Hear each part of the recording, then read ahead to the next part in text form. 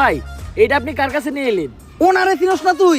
উনি অনেক বড় তান্ত্রিক, এই দেশে ওনার লক্ষ লক্ষ মুরিদ। উনি নতুন একটা বই লিখছে, বইয়ের নাম শয়তান ধরার গর্জন। যেই বই পইরা নতুন কইরা লাখ লাখ মানুষ তান্ত্রিক হইতাছে। কিন্তু লালু ভাই আশেপাশে তো কোনো তান্ত্রিক বা মুরিদ দেখতেছি না। আরে ওগুলা তো সব ফেসবুক আর টিকটকে। বাবা, সঞ্জনা নামের এক আত্মারে আমার ধরতে হইব বাবা, আপনি আমার সফল হওয়ার একটা উপায় দেন। যদি সফল হতে চাও তাহলে আমার লেখা এই বইটি নাও, শয়তান ধরার গর্জন।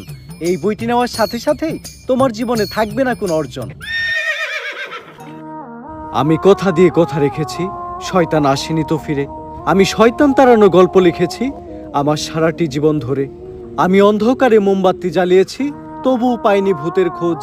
আমি ভূতের অপেক্ষায় ছিলাম, ভূত নিজেই হয়েছিল নিখোঁজ। শয়তান ধরার গর্জন, পৃষ্ঠা নাম্বার চুদলিংপং। বাবা এটা তো মন্ত্র না, ছন্দ কইলেন। মার্কেটে আপাতত ছন্দই চলে। বাবা বইটা একটা আমারও লাগবো, দাম কত এটার? মাত্র 1000 টাকা। 1000 টাকা দিয়ে আর কিনুম? 1000 টাকা হাতে নিয়ে ভূতের ডাক দিলে ভূত নিজেই চাল চলে আয় পড়বো। 1000 টাকা দিয়ে বইয়ের দাম, এই বইয়ের বিশেষত্ব কি? এই বইটা আমি আমার নিজ হাতে লিখেছি। দেহি আতেলে এত খারাপ? দেহি বইয়ের প্রথম পৃষ্ঠায় কি লেখা?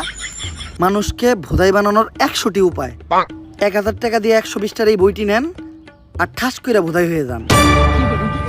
এখন সফল হইতে গেলে তো এই বইটা লাগবেই, তো এই বইটা আমি নিয়ে গেলাম। বইয়ের টাকাটা? ওইটা আমি হোয়াটসঅ্যাপে পাঠাই দিব। গুরু, আজকের থেকে আপনার লেখা এই বইটা পইরাই আমার শয়তান ধরার যাত্রা করলাম শুরু। শয়তান ধরার গর্জন, পৃষ্ঠা নাম্বার চুদলিংপং।